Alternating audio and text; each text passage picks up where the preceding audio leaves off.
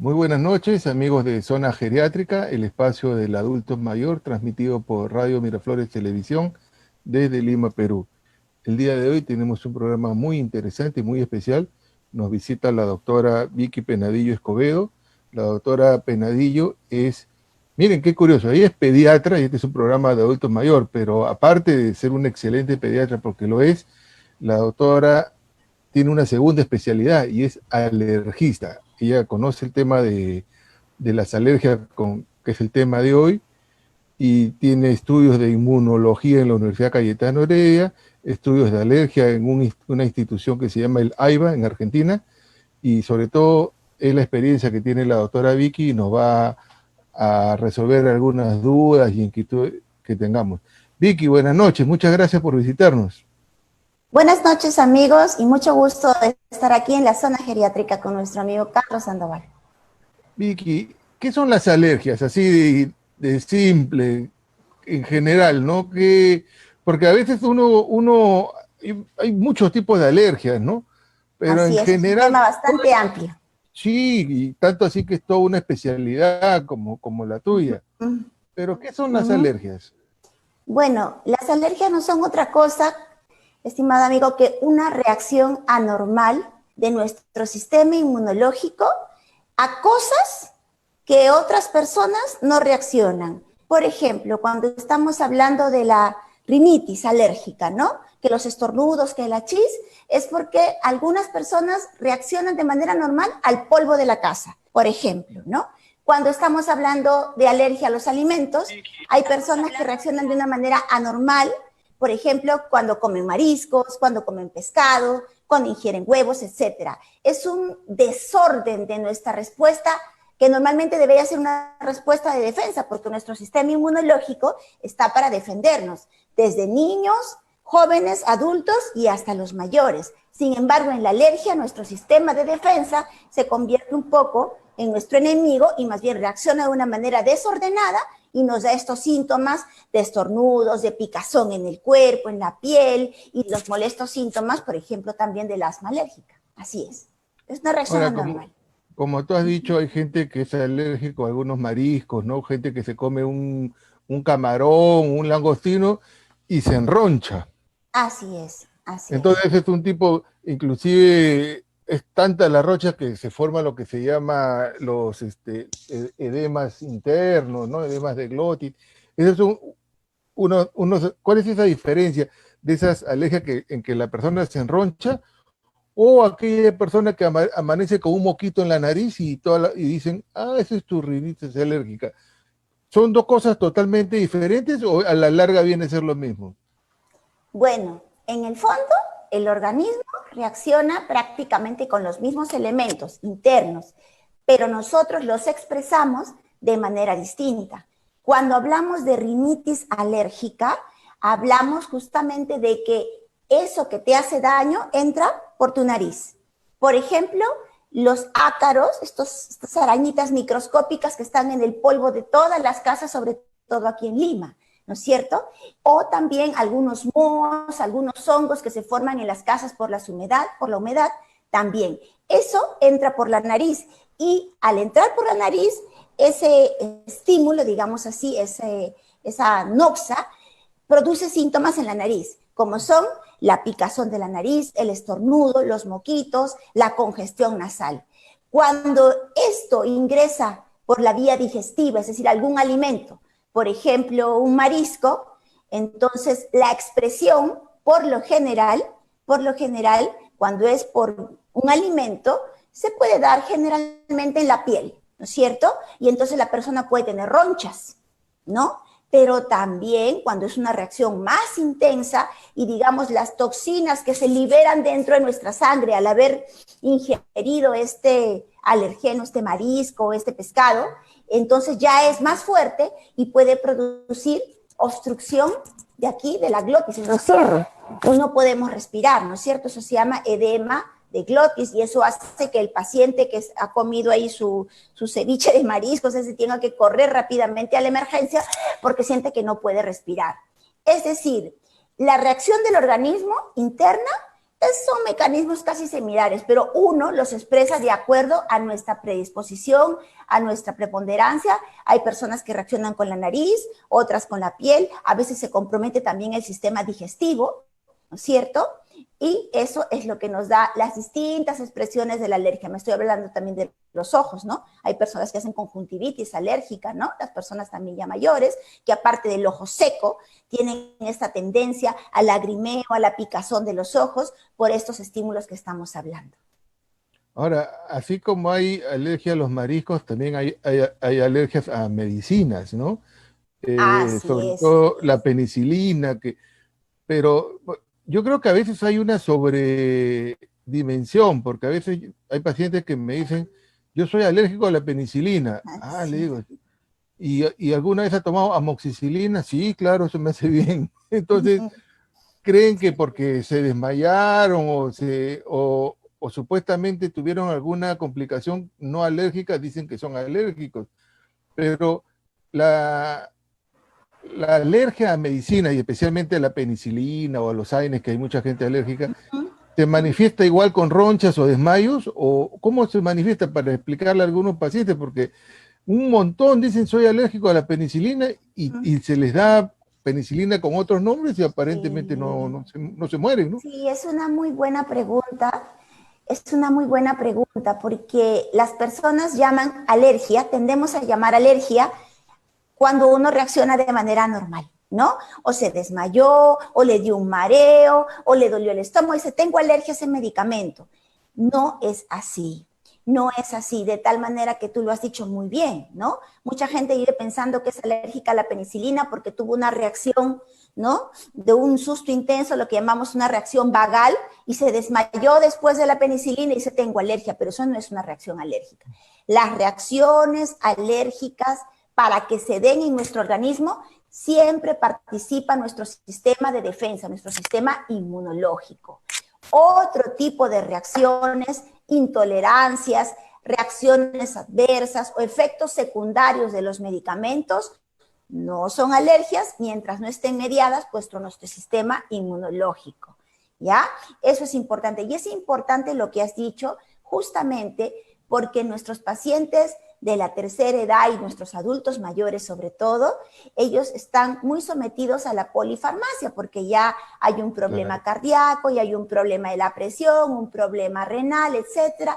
Entonces toman múltiples medicamentos y hay que saber distinguir cuándo puede ser una reacción alérgica o cuándo puede ser un efecto secundario del medicamento. Por ejemplo, cuando las personas tienen algún problema neurológico o un problema que les da mucho dolor, generalmente toman derivados de opioides, opiáceos, y estos afectan al organismo dando picazón. ¿Por qué? Porque afectan los nerviecitos que están en la piel, digamos así, de las personas, sobre todo en las personas mayores, donde la piel ya está más resequita, más deteriorada por la edad.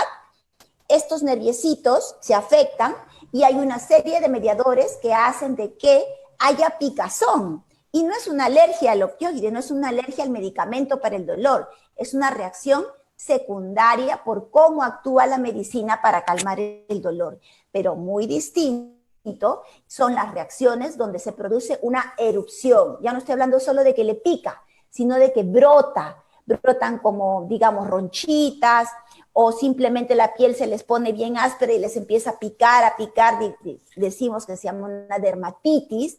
Entonces ahí sí puede haber una reacción alérgica y, por ejemplo, están muy frecuentemente asociados con medicamentos como los bloqueadores de canales de calcio, ¿no? Hay personas que toman amiodarona para los problemas cardíacos, etcétera. Esos pacientes y otros medicamentos más, por ejemplo, toman hierro también, el hierro también está asociado con las alergias, o estos medicamentos que sirven para poder bajar el colesterol en la sangre, ¿no? La simvastatina, por ejemplo, también puede producir reacciones ya, erupciones, donde participa nuestro sistema inmunológico, es decir, donde hay una reacción anormal y son verdaderas alergias. Así es. Y es importante porque O como sea ellos que están sometidos, sí. Dime. para decir que una persona es alérgica a algún medicamento, tiene que haber una erupción, ¿no? Un enronchamiento. estos Así es, desmayos o esta sensación nerviosa no es alergia. no es Ahora, alergia. ¿cómo Ujú. saber si una persona es alérgica a un medicamento? Yo me acuerdo en la universidad existía la prueba para la penicilina, ¿no? Que nos ponían, nosotros mismos inclusive nos enseñaban a poner la Sí, inyección así es. epidérmica. ¿Sigue funcionando esas pruebas o hay otras pruebas más modernas? Ya, bueno, es también una buena pregunta. Lamentablemente hasta ahora somos de la misma promoción, doctor Carlos Claro, Sandoval, ¿no? pues, Y nosotros hemos aprendido a que la historia clínica es lo fundamental. Y en nuestras latitudes, aquí donde tenemos los recursos para hacer diagnósticos más finos a nivel ya, decir de qué medicamento es, este es lo que me desencadena con análisis de sangre, etcétera, todavía no hay la suficiente cantidad de pruebas para hacerlas. Entonces, la historia clínica es fundamental. Preguntarle, por ejemplo, a qué hora le apareció la erupción o en qué tiempo le apareció la erupción. Y si te dicen, bueno, yo tomé mi pastilla para la presión a las 8 de la mañana, ¿y a qué hora le brotó? A las 9, a las 10 de la mañana, sí, no pasó ni una hora y ya tenía el brote. Eso es más probable que sea una reacción alérgica y una reacción de tipo inmediata. Pero también, y eso generalmente da roncha, eso da roncha, pero también hay las reacciones más tardías, que pueden ser al 1, a los 2 días. Ahí hay que agudizar un poquito las preguntas, porque además una cosa importante, el medicamento puedo haberlo tomado hasta 5, 6, 7 años, y recién la alergia se me presenta al 8º año de la ingesta de medicamentos, ¿ya? Entonces, ahí hay un punto. Muy buena anamnesis, interrogar al paciente fundamental. Si es un paciente que tiene antecedentes de otras alergias, a alimentos, o tiene rinitis alérgica, o ha tenido asma en su juventud, con más razón. Pero también existen ahora pruebas, claro que sí. Por ejemplo, de la penicilina, ya no se debería hacer con la penicilina pura porque algunos vehículos de la penicilina son irritantes. Y entonces siempre que me hacen la prueba intraepidérmica donde inoculo al paciente con una jeringuita chiquita de tuberculina 0,1 cc, así muy poquitito, ¿no? Intraepidérmico, y se puede formar una pápula por la misma penicilina o por los vehículos. Entonces, eso no es lo ideal. En otras latitudes hay los determinantes de la penicilina que son ya elementos muy específicos de la penicilina, que son los que producen reacción. También existen las pruebas del parche. Cuando uno piensa en una reacción alérgica que demora, que es tardía, hay parches donde se pone el medicamento, ¿no? Un parchecito, y eso se pone en la piel del paciente y se observa después de 48 a 72 horas. Eso es otra prueba. se puede poner la misma pastilla de cualquier medicamento con un parche o Claro, es, se prepara con un vehículo de Vercelina. Bueno, ya los alergistas sabemos claro, cómo ustedes hacerlo, qué lo preparan, ¿no? concentración, y se hace el parche y se coloca. Esa es una Miren, prueba. Después también hay pruebas cutáneas para determinados medicamentos, por ejemplo, para el metamizol, para el diclofenaco, por algunos anestésicos, donde se inocula el mismo medicamento, se pone una gotita y luego se hace una puntura encima, que es el famoso prick test. Pero lamentablemente, estimado amigo, lamentablemente ninguna de esas pruebas es concluyente, porque me vale solo si me sale positivo. Le digo, ajá, usted sí es alérgico a esto, pero si me sale negativo, no me lo descarta. Entonces, para eso existe, digamos, la prueba fundamental es la prueba en donde uno le va a dar al paciente pequeñas cantidades del medicamento hasta encontrar una reacción. ¿Cómo eso se tiene que hacer en un ambiente donde hay una evaluación médica 24 horas, donde hay incluso cuidados ya secundarios, donde puedas dar manejo ya de primeros auxilios rápidos al paciente, etcétera, que no sea, necesita monitoreo? Como no es muy práctico hacerlo, realmente casi nadie hace ese test, ¿ya? Entonces, aquí básicamente es la historia clínica y felizmente que con eso casi es suficiente. Por ejemplo, a los AINES también, ¿no es cierto?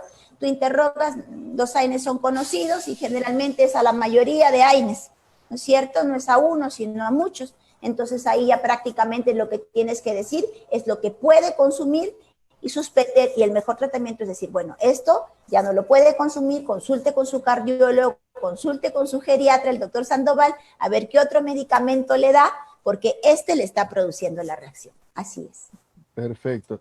Y ahora hemos hablado de las alergias a algunos alimentos, algunos medicamentos. Ahora vamos a la rinitis alérgica. Yo, por ejemplo, a veces he ido he entrado al dormitorio del paciente, de la paciente, porque la consulta es por rinitis, ¿no? Pero entro y el cuarto también me pongo a estornudar yo porque está la ventana cerrada, libros antiguos, periódicos viejos, peluches, abrigos. ¿Eso también influye para la rinitis o porque qué nos recomendarías? Y después quisiera hacerte otra pregunta sobre la rinitis. Hay pacientes, sobre todo, por ejemplo, en el seguro, que constantemente dice, doctor, no se olvide mi cetiricina, y todos los meses quieren tomar cetiricina o algún antihistamínico, si es correcto o no, porque yo pienso que lo Claro. toman ya de forma constante y como si fuera un antihipertensivo. Pero primero vamos a lo de estos alérgenos que producen la rinitis.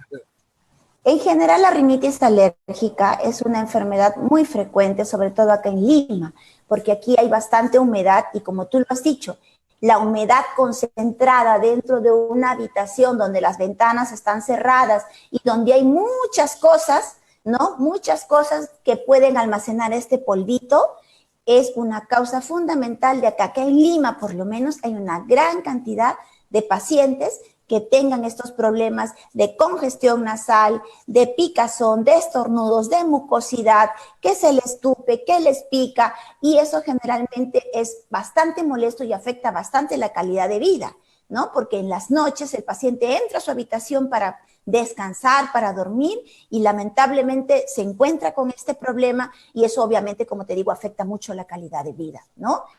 Y bueno, entonces, sin embargo, hay que tener en cuenta también una cosa. Aquí, cuando estamos hablando ya de pacientes adultos, si el paciente ha tenido alergia toda su vida, tú no debes de dudar de que es un paciente que efectivamente le están haciendo daño los ácaros, el polvo, etcétera. Pero ojo, si el paciente recién debuta después de los 50 años, es a veces un poquito dudoso que sea una reacción alérgica.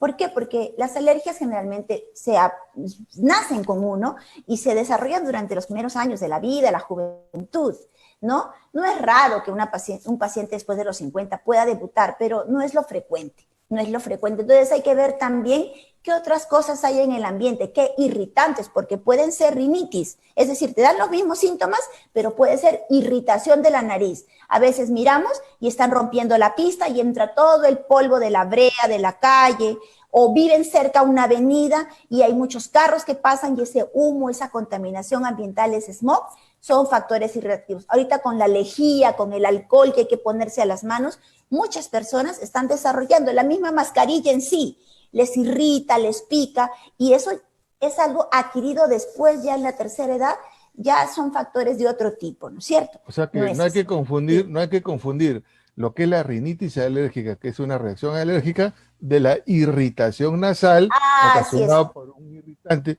que, que como tú bien has mencionado, pueden ser pinturas, humos también, ¿no? Pura Humo, humo, sí, así es. el No olor a estamos hablando, gasolina, todo eso. y no estamos hablando del paciente fumador, ¿no es cierto? Que es otro tema y que también está relacionado con eso. Respecto a la cetiricina que me Pero, decía, perdón, sí, y antes de sí, entrar a la cetiricina, sí. recomendaríamos que en las habitaciones, los cuartos estén lo más ventilados posible y sin menos periódicos, libros viejos, o Claro, la ventilación es recontra importante. Lo malo es que ahora en invierno y sobre todo si son mayores cerramos todo, pues, ¿no es cierto?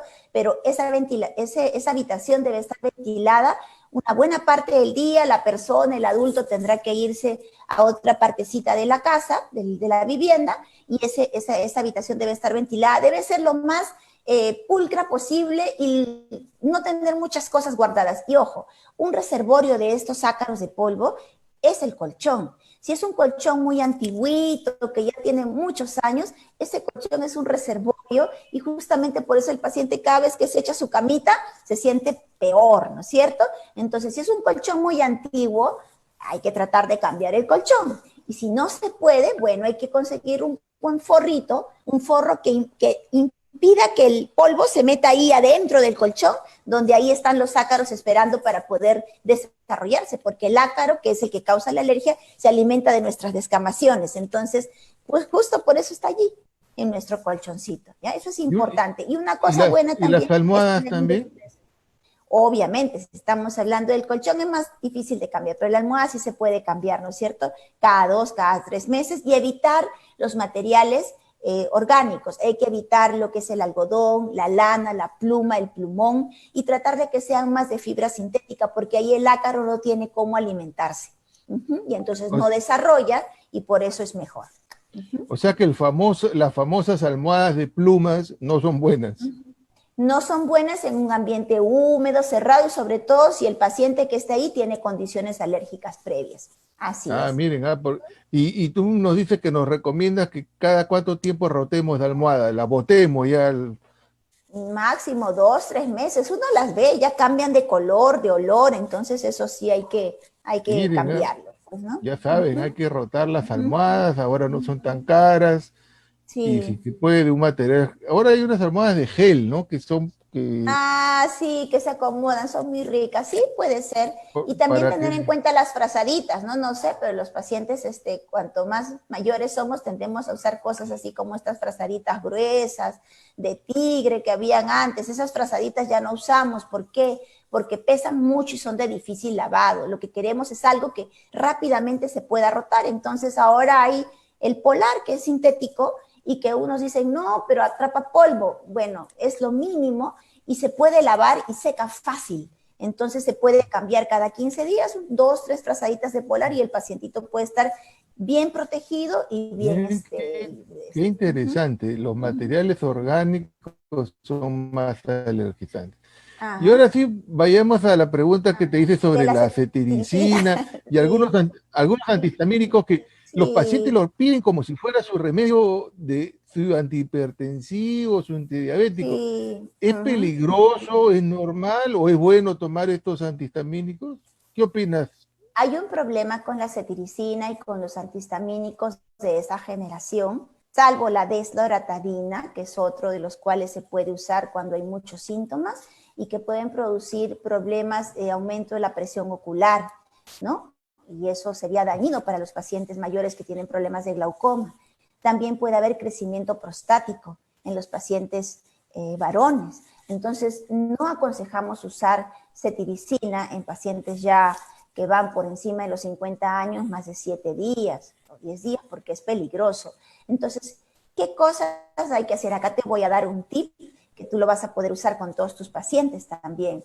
Si lo que nos hace daño, les digo a mis pacientes, nos entra por la nariz, ¿qué cosa hay que hacer? Sacarlo por la nariz. Y para eso existen las famosas irrigaciones nasales, que ahora, bueno, uno entra en YouTube, tú pones irrigación nasal en adultos, en niños y te sale de todo tipo. Lo básico es que sea un poco de solución salina lo más fisiológica posible, ¿no es cierto? O sea, agüita es un vaso de 250 mililitros de agua, un vasito de agua tibia, con un poquito más de media cucharadita de sal.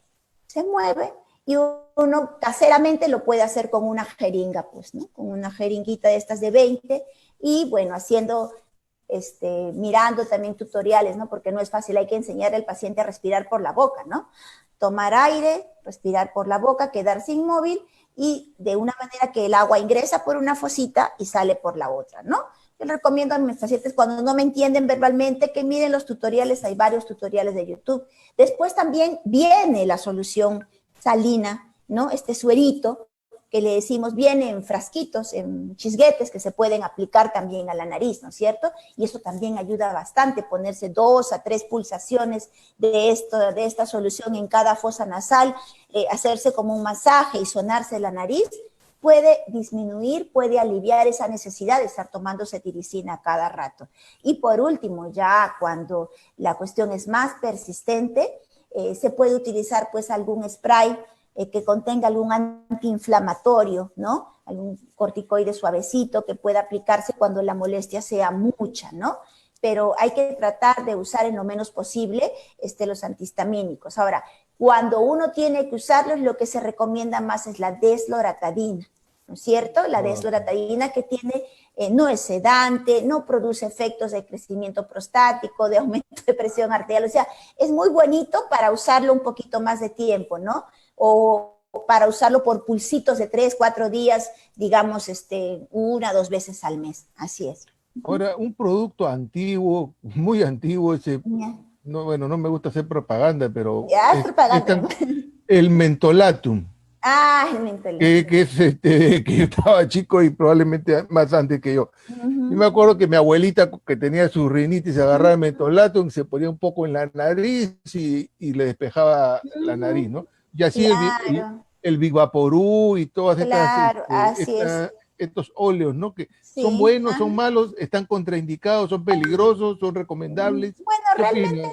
yo no he visto hasta ahorita nadie que haya hecho alguna reacción severa por eso de adultos, ¿no? En los chiquitos había que tener que cuidado, en los niños sí, cuidado con el alcanfor, porque eso sí puede producir algún daño, pero en las personas ya jóvenes, adultas, lo que hace este mentolcito es secar un poco la fosa nasal que está toda congestionada, hinchada, entonces como que la reduce y como refresca, bueno, te da una sensación de que pues el aire está pasando mejor, ¿no? Y todos hemos sentido eso alguna vez que lo hemos usado. Pero obviamente, y decirle siempre a los pacientitos, que cuando un síntoma es muy recurrente, no hay que dejar que avance y que afecte nuestra calidad de vida, no hay que estar poniéndonos estas cosas a cada rato, porque fuera de que eso nos pueda hacer daño, hay tratamientos ahora más definitivos para este problema, para estos problemas nasales, ¿no? Y entonces además también no olvidarnos que una rinitis crónica, una rinitis que dura, que ya no se trata, puede generar sinusitis y eso obviamente a la larga puede generar también problemas bronquiales, así que hay que prevenir. Ahora, vayamos al asma. ¿El asma es un tipo de alergia o es una enfermedad pulmonar? ¿Qué opinión nos da sobre el asma? Sí, bueno, el asma no es otra cosa que una inflamación. Yo le digo a mis pacientes, es como un incendio y que están los bronquios, ¿no? Por donde pasa el aire, están hinchaditos, tienden a cerrarse. Es como una cañita, les digo, una cañita para tomar, que ya no es una cañita limpia, sino que tiene como un sarrito adentro y que tiende a veces a obstruirse, a cerrarse, ¿no? Y eso se produce de manera prolongada, crónica. Algunas personas, esa inflamación de los bronquios, no es de los pulmones, de los bronquios, se le desencadena por los mismos que estamos diciendo, por los ácaros del polvo. O sea, empiezan con achís, estornudos, achís, y se les empieza a cerrar el pecho, les sirve el pecho, ¿no? Y eso por lo generalmente se ve en los pacientes que tienen asma de toda su vida, ¿no? Desde jovencitos, adultos, y tienen 40, 50, y siguen con el problema, ¿no? Y eso es. Pero también hay un asma de inicio tardío, que se produce después de los 40, 50 años en adelante, y que por lo general ya no es por alergia.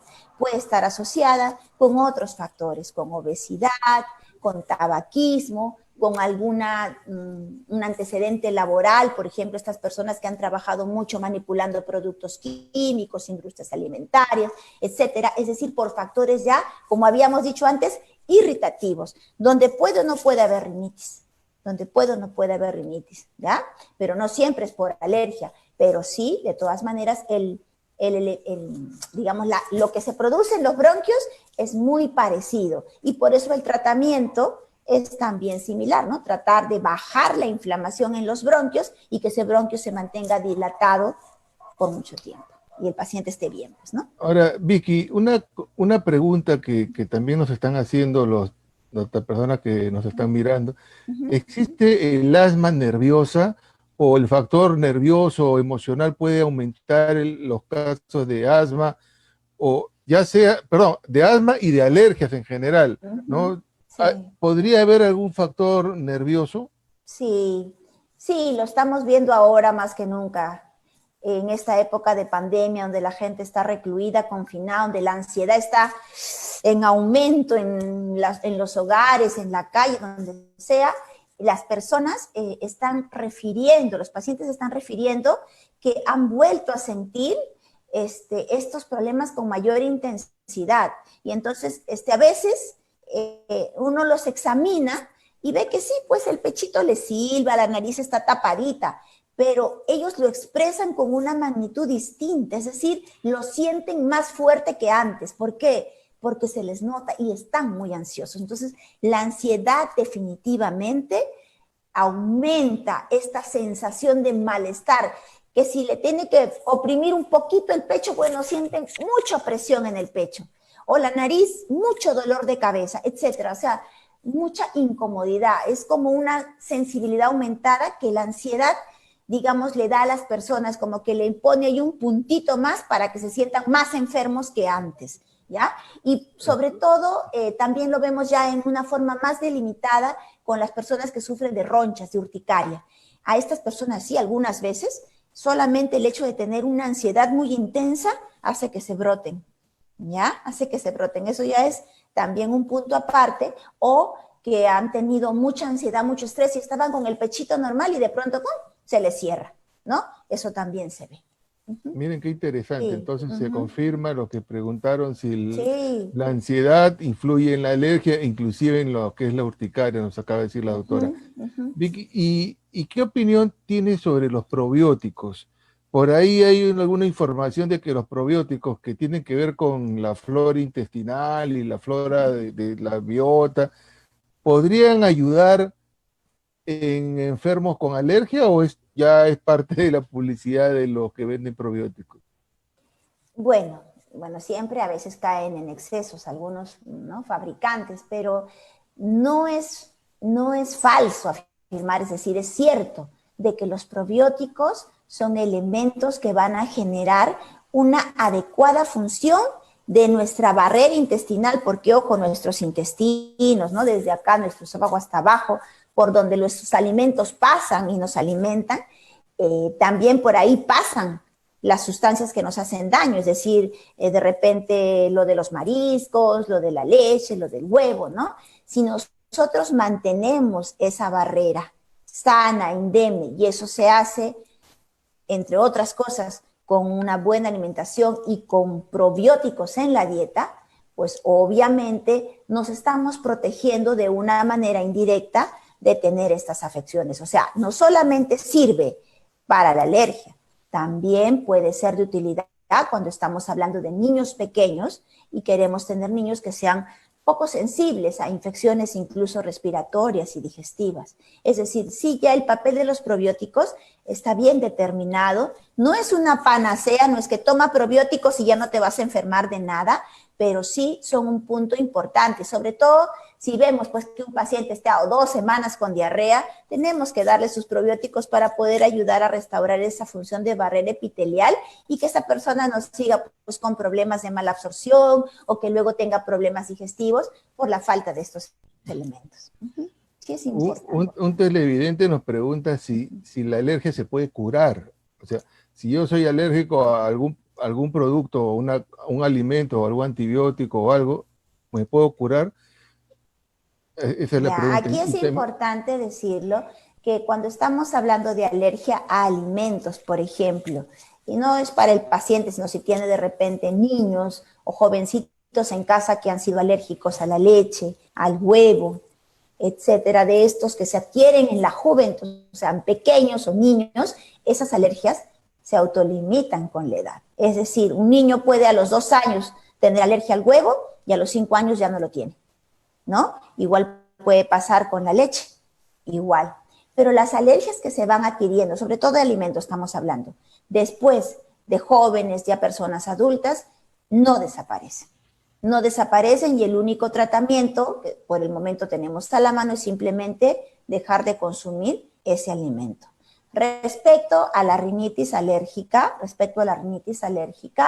ahora nosotros tenemos un tratamiento muy moderno que se llama inmunoterapia, donde a través de vacunas le ponemos al paciente a eso mismo que es alérgico. Estamos hablando específicamente de la rinitis, ¿no?